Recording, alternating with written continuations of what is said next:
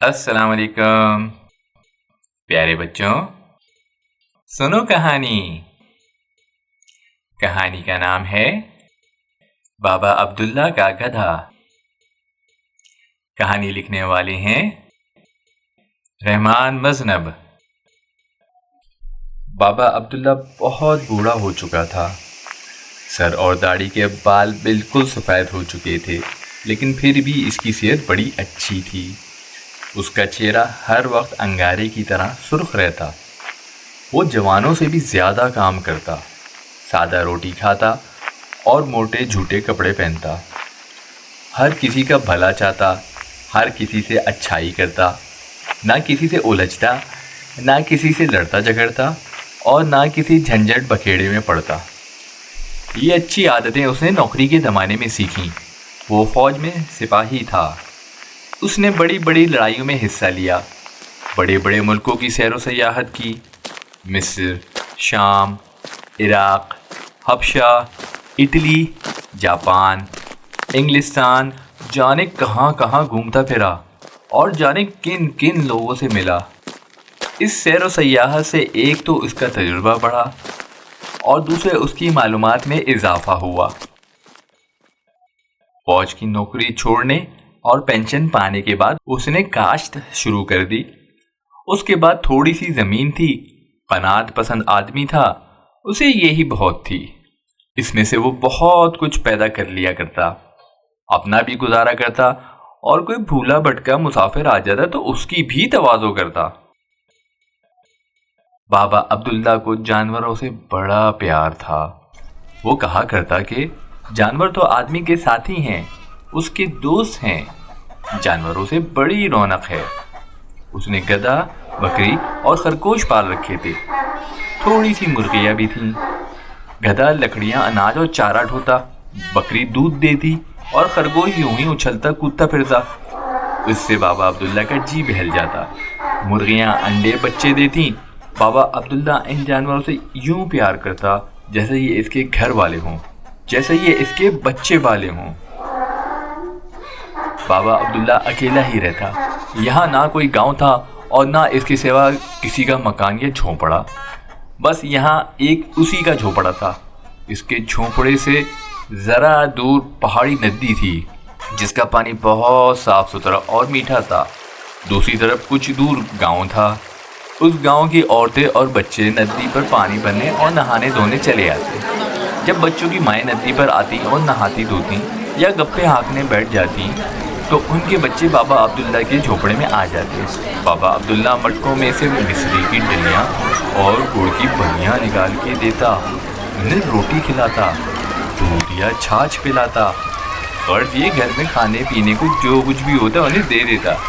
وہ ان بچوں کو اپنا بچہ سمجھتا اور ان سے بہت پیار کرتا تھا۔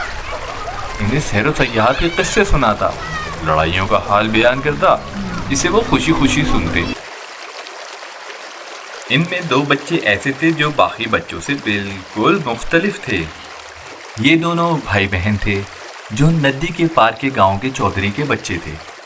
لڑکی کا نام حمیدہ تھا اور لڑکے کا نام اختر۔ حمیدہ جتنی بھولی بھالی اور سیدھی سادی تھی، اختر اتنا ہی شریر تھا۔ بابا عبداللہ بہت سمجھاتا لیکن اختر اس کی ایک نہ مانتا۔ اسے بابا عبداللہ کی کہانیاں بھی اچھی نہیں لگتی۔ جب بابا عبداللہ بچوں کو کھانے پینے کی چیزیں دیتا اور کہانیاں سناتا تو اختر چپکے سے باہر کھسک جاتا اور اس کے جانوروں کو ستانا شروع کر دیتا۔ کسی کو پتھر ڈھیلے مارتا، کسی کو قچیاں۔ اس کی مار پیٹ سے جب جانور چلاتے تو بابا عبداللہ جھٹ باہر نکل آتا۔ اختر ادھر ادھر بھاگ جاتا۔ حمیدہ کبھی ایسی حرکت نہ کرتی، وہ تو بلکہ جانوروں سے پیار کرتی۔ اور پھر اسے بابا عبداللہ کا بھورے رنگ کا خرگوش تو بہت ہی اچھا لگتا۔ ایک دن بابا عبداللہ کام سے کہیں باہر گیا۔ جب لڑکے بالے آئے تو بابا عبداللہ کو جھونپڑے میں نہ پا کر ندی میں کھیلنے کودنے اور ایک دوسرے پر پانی اچھالنے لگے۔ کچھ لڑکے تیرنے لگے، کچھ چھوٹی چھوٹی مچھلیاں پکڑنے لگے، لیکن اختر بابا عبداللہ کے جانوروں کے پیچھے پڑ گیا۔ پہلے تو اس نے ایک مرغی کو پکڑا اور اس کے پر نوچے، پھر دوڑ کر کسی طرح سے خرگوش کو دم سے پکڑ لیا، اتنی تیزی سے دیر تک ہوا میں گھمایا، پھر ایک دم اسے چھوڑا۔ بیچارہ ننھی جان خرگوش بری طرح پیڑ کے تنے سے جاڑ کر ٹکرایا، اس کا سر پھوٹ گیا اور ٹانگ ٹوٹ گئی۔ حمیدہ کو اختر کی یہ حرکت اتنی بری لگی کہ وہ بے اختیار رو دی۔ اختر تو بھاگ گیا لیکن حمیدہ وہیں رہی۔ تھوڑی دیر میں بابا عبداللہ آیا تو خرگوش کو لہو لہان دیکھ کر بڑا غمگین ہوا۔ اس نے جھٹ پٹ خرگوش کی مرہم پٹی کی اور اسے جھوپڑے میں لے آیا۔ حمیدہ نے اسے بتایا کہ اختر نے خرگوش کو زخمی کیا ہے۔ بابا عبداللہ نے بچوں سے کہہ دیا کہ جب تک اختر جانوروں کو ستانا نہ چھوڑے نہ کوئی اس سے کھیلے اور نہ بات کرے۔ سب بچوں نے بابا عبداللہ کی بات پر عمل شروع کر دیا اور اب اختر اکیلا رہ گیا۔ وہ ادھر ادھر ڈاواں ڈول پھرتا رہتا، کوئی اسے منہ نہ لگاتا۔ حمیدہ ہر روز آتی اور خرگوش کو پیار کرتی، وہ اسے اٹھا کر باہر لے جاتی اور دوسرے جانوروں کے پاس بٹھا دیتی، مٹی کی ہانڈی میں سے دودھ نکالتی اور خرگوش کو پلاتی۔ کبھی کبھی وہ گھر سے پنیر لے آتی جسے خرگوش مزے لے لے کر کھاتا۔ بابا عبداللہ حمیدہ کی ان باتوں سے بہت خوش ہوتا۔ ایک دن پھر بابا عبداللہ باہر گیا ہوا تھا۔ حمیدہ آئی تو اس نے دیکھا کہ سارے جانور ایک جگہ جمع ہیں اور مل کر دھوپ سینک رہے ہیں۔ خرگوش بھی اپنے آپ باہر آ گیا ہے۔ دراصل حمیدہ کی دیکھ بھال سے خرگوش کی حالت اچھی ہو گئی تھی۔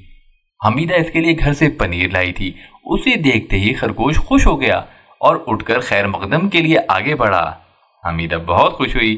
اس نے خرگوش کو گود میں لے کر پنیر کھلایا، پھر اندر سے جا کر دودھ لے آئی، اسے دودھ پلایا۔ پاس ہی کھڑا بابا عبداللہ کا گدھا حمیدہ کی یہ ساری حرکت دیکھتا رہا۔ جب حمیدہ خرگوش کی خاطر تواضع کر چکی تو گدھے نے سر ہلا کر حمیدہ کو اپنی طرف بلایا۔ حمیدہ گدھے کا اشارہ سمجھ گئی اور اس کے پاس چلی گئی۔ گدھا اسی وقت بیٹھ گیا۔ حمیدہ اس پر بیٹھ گئی۔ اب گدھا اٹھا اور آہستہ آہستہ چلنے لگا۔ وہ ہنہناتا جاتا اور چلتا جاتا، پھر وہ ذرا تیز ہو گیا، لیکن اس نے رفتار ایسی رکھی اور یوں ہموار چلتا گیا کہ حمیدہ گرنے نہ پائی۔ بابا عبداللہ کے کھیتوں میں سے ہوتا ہوا وہ پہاڑی پر جا پہنچا۔ یہی وہ پہاڑی تھی جہاں سے ندی نکل کر آتی اور وادی میں بہتی تھی۔ حمیدہ پہلے کبھی یہاں نہ آئی تھی۔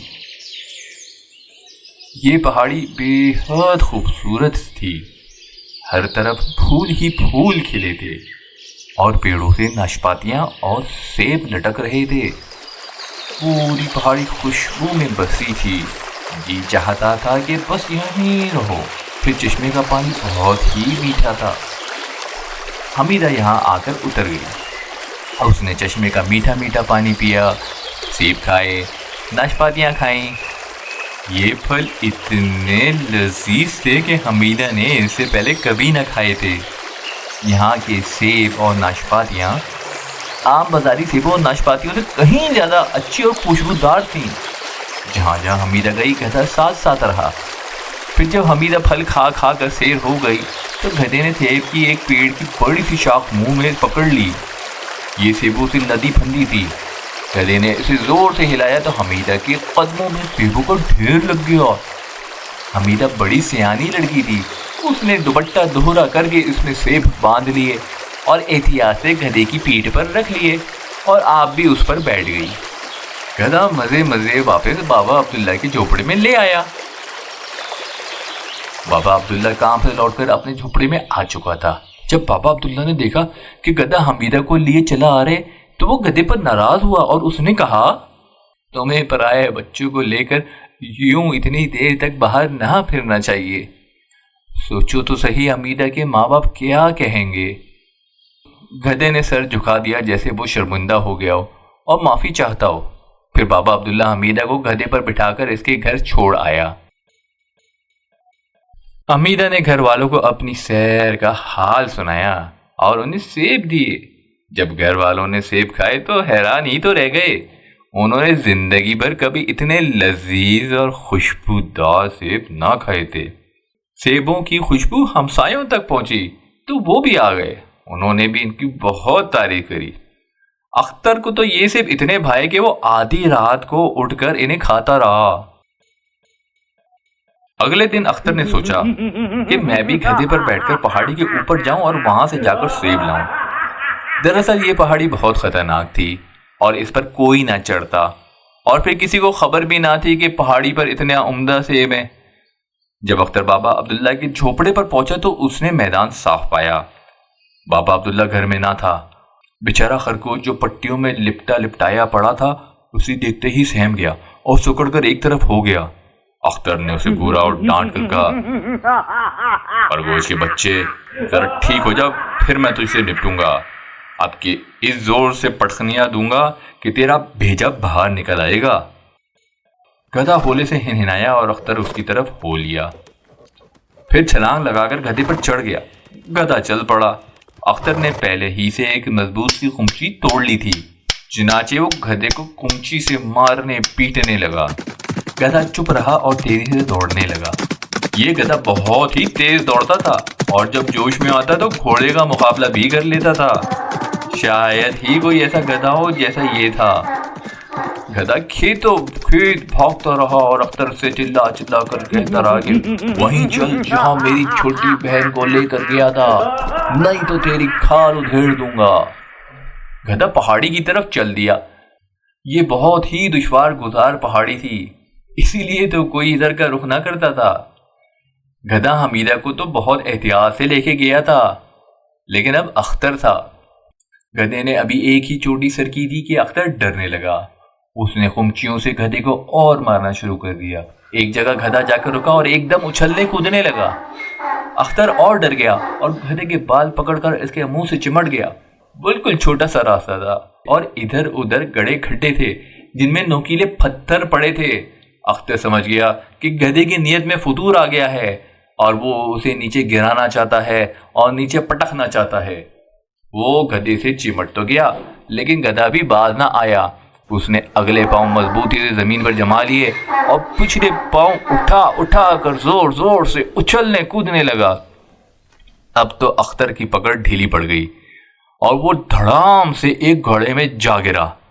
سر پھوٹ گیا، منہ چھل گیا، پاؤں میں سخت موچ آئی اور دونوں گھٹنے بھی پھوٹے۔ اختر کا اتنا برا حال ہوا کہ سدھ بدھ جاتی رہی اور اس سے اٹھنا مشکل ہو گیا۔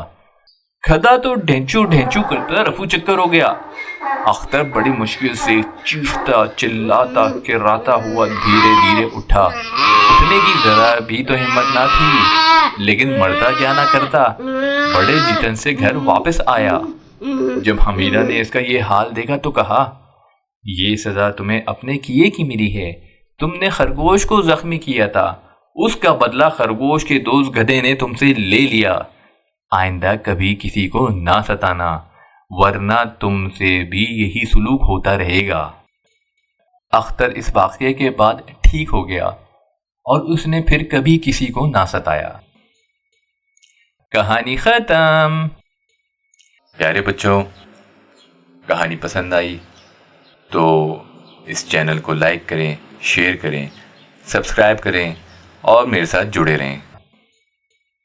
یہ کہانی جون 1960 میں پھلواری رسالے میں شائع ہوئی۔